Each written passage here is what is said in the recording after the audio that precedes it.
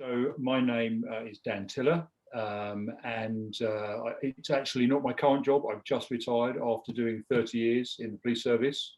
So that was about 2 years ago, but that's what I'm going to talk about on the basis that it's probably the most relevant to people who are going to be. Okay, watching. So my first job wasn't actually in the police. I got a job as a salesman while I was waiting to go to police college. So I used to sell TVs and videos and that sort of thing. So that was my first sticking my toe in the water of the work world, really. And then I went to police college, which was 20 weeks of training, which everyone has to go through. That's for everyone, no matter what your specialism will end up being.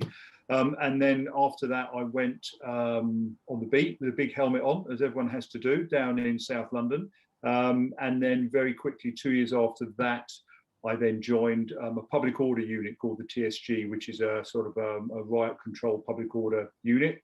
So that was good fun in my younger days, in my 20s. That was good. We had various demonstrations. We had acid house parties. We had the poll tax riots. So it was quite an interesting time. And then in the mid-90s, I decided that I wanted to go into firearms. I had no experience really of firearms other than the fact that I was in the Army Cadets when I was younger.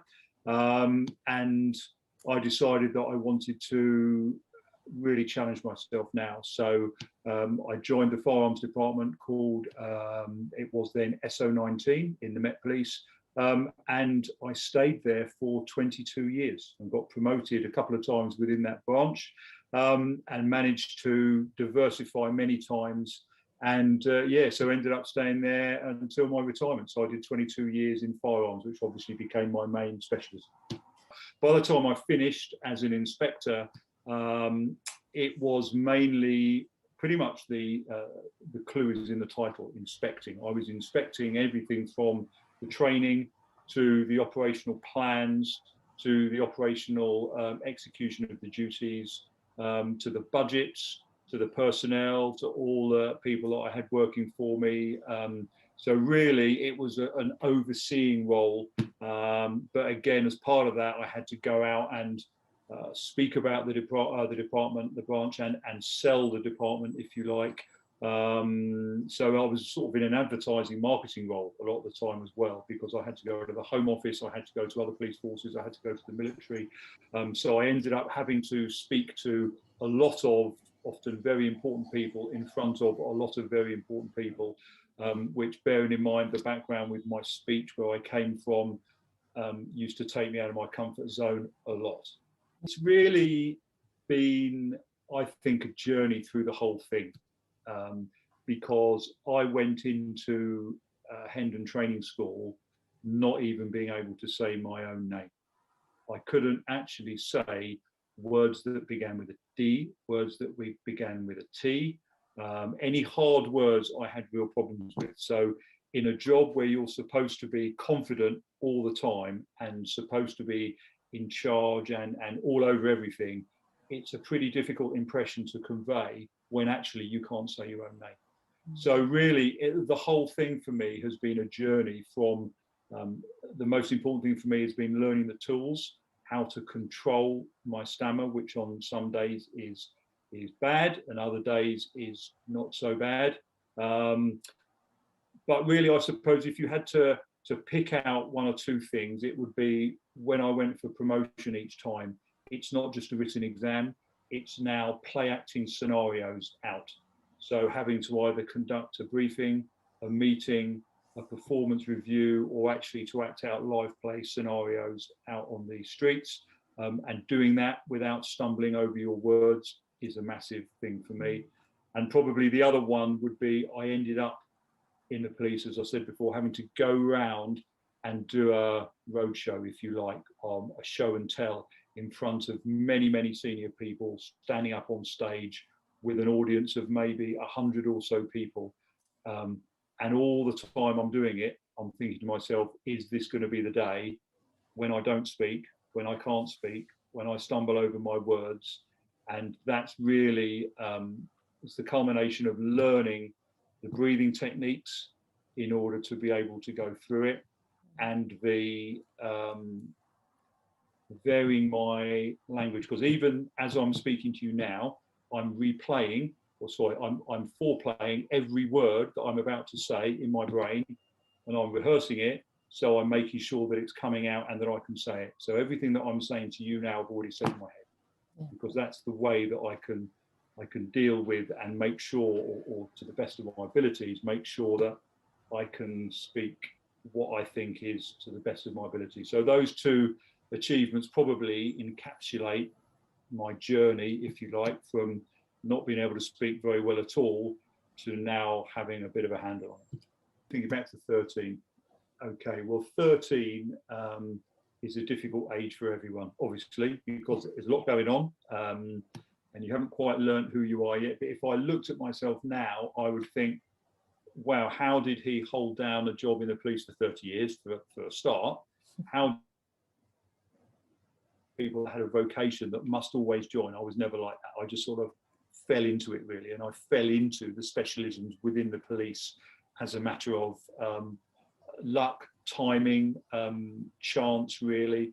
Found something that I turned out to be okay at, and decided to stay with it. So firstly, it would be surprise, and secondly, it would probably be amazement that I was able to, from my poor speech when I was 13, that I was able to push through, learn the techniques, found out what worked for me, and be in a job where I had to put myself out there. So my 13-year-old self would be really, really surprised.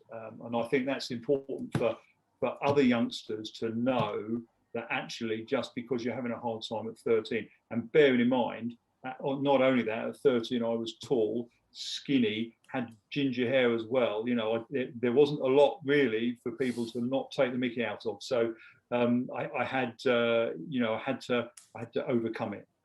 And so just because at age 13 you think that it's going to be like that forever, well, it's absolutely not. And there's lots and lots that you can do in order to be able to overcome it. Everyone has their own way. Everyone has their own style. My way is not for everyone. But yeah, so just because you're 13 and you think it's really, really hard now, the confidence that comes with age and the stuff that you learn makes it easier. So it shouldn't hold you back from anything you want to do. Because I was told when I wanted to join the police, and then more importantly, the armed police, and you've probably seen on all the films, at some stage you do have to shout at people, stop, armed police. And I was told by colleagues at the time, in a sort of jokey, or maybe not always jokey way, well, how are you going to get those words out? By the time that you get those words out, it'll be too late, and someone will either have shot you or shot someone else. So that's no good.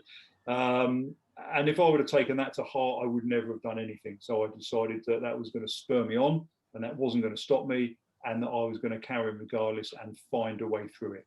And that's how I've done it, as I say, with breathing, thinking about what I'm going to say, and importantly, linking words between words or letters that I know I can say and letters that I can't say. So I have a soft word that I link into the harder words, and I've been told it sounds pretty natural and people don't notice that I'm doing it, in which case that, for me, that's good, and that's my way of dealing with it. Okay.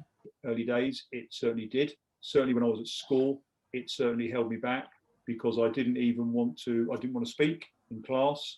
I had to stamp my foot on the ground to help my words come out, or I had to bang the leg of my chair to help to force the words out, if you like, to push them out. And that sort of thing really doesn't do you any good with confidence. So I would think in early days, it did hold me back. But what it did do was it spurred me on to actually try and overcome it or deal with it the best I can. And in recent years, I think that it's done the opposite. It's pushed me into positions that maybe I wouldn't have been in before.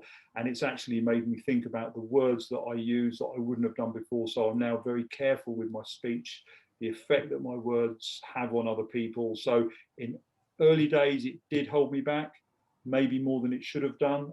But in later years, I would say no. And I would think that in looking across the whole spectrum, I would say that it shouldn't hold anyone back. but there will be times that are tricky.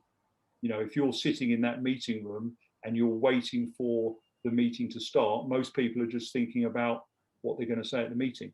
What I'm thinking about is when you go around the room and you introduce yourself, am I going to be able to say my name? And if you don't say your name, and it's happened once or twice and you can't, well, what sort of impression does that give in a meeting? So again, you know, there are times when people with a stammer have to think about a lot more than just what's on the meeting agenda. You know, you have to think outside the box an awful lot, as opposed to just what your subject matter may be. But I've found that now I can use that to my advantage. And yeah, every day is a journey as to how my speech is going to be that day.